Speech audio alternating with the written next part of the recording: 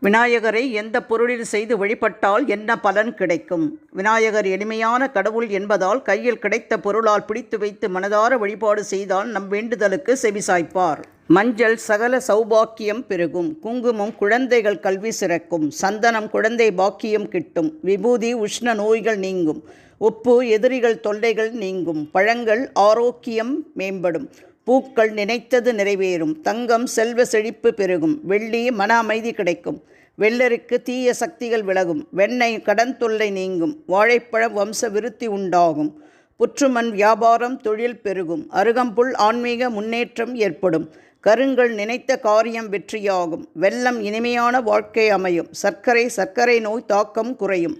கற்கண்டு கணவன் மனைவி ஒற்றுமை கூடும். களிமண் அரசு வேலை மற்றும் பதவி உயர்வு. பசுஞ்சாணம் அனைத்து தோஷங்களும் நீங்கும். அனைவருக்கும் இனிய விநாயகர் சதுர்த்தி நல்வாழ்த்துக்கள்.